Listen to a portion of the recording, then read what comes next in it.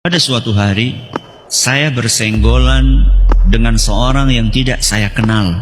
Maka saya pun spontan bereaksi, "Oh, maafkan saya."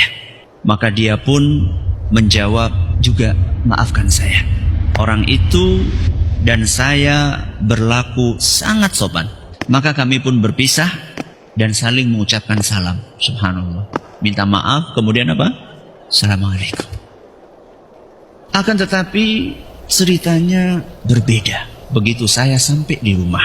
Pada hari itu juga ada salah satu kolega terbaik saya menelpon.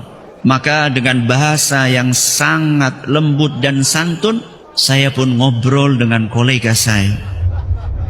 Ketika saya sedang asyik nelpon, tiba-tiba anak laki-laki saya berdiri diam-diam di belakang saya. Saat itu saya berbalik dan hampir saja saya membuat anak saya jatuh. "Minggir, main sana." "Ganggu saja," teriak saya dengan marah. Dia pun pergi dengan hati yang hancur dan merajuk. Malam itu saya berbaring di tempat tidur. Antara sadar dan tidak, saya mendengar sebuah suara yang berbisik, "Aku akan memberikan gambaran kepadamu bagaimana ketika nyawamu dicabut. Namun sebelumnya, aku akan izinkan engkau untuk melihat lorong waktu sesudah kematianmu. Sewaktu kamu berurusan dengan orang yang tidak engkau kenal, etika kesopanan engkau gunakan. Akan tetapi, dengan anak yang engkau kasihi, engkau perlakukan dengan sewenang-wenang. Akan kuberi lihat setelah kematianmu hari ini, bagaimana sikap atasanmu, kolegamu, sahabat dunia mayamu, dan juga engkau akan melihat bagaimana sikap anak dan istrimu ketika engkau tinggalkan." Aku pun melihat hari itu saat jenazahku masih diletakkan di ruang keluarga. Ternyata hanya satu orang, sahabat dunia mayaku, yang datang. Selebihnya hanya mendoakan lewat grup. Bahkan ada yang sama sekali tidak komentar apapun atas kematianku. Lalu teman-temanku sekantor hampir semuanya datang.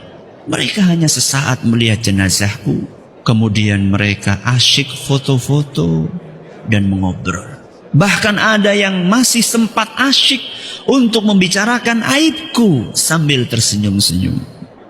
Bos yang aku hormati hanya datang sebentar, melihat jenazahku, dalam hitungan menit kemudian dia langsung pergi lagi. Dan kolegaku yang selama ini aku telepon dengan bahasa yang sangat sopan, tidak ada satupun yang aku lihat datang. Aku melihat anak-anakku menangis di pangkuan istriku. Yang paling kecil berusaha menggapai-gapai jenazahku, meminta aku bangun. Namun istriku menghalaunya. Istriku pingsan berkali-kali. Aku tidak pernah melihat dia sekacau itu.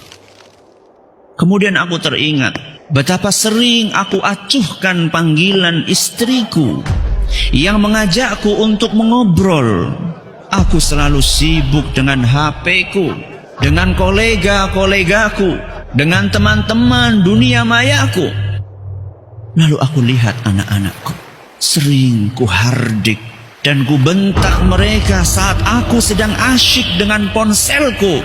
Saat mereka ribut memintaku untuk aku temani. Ya Allah, maafkan aku.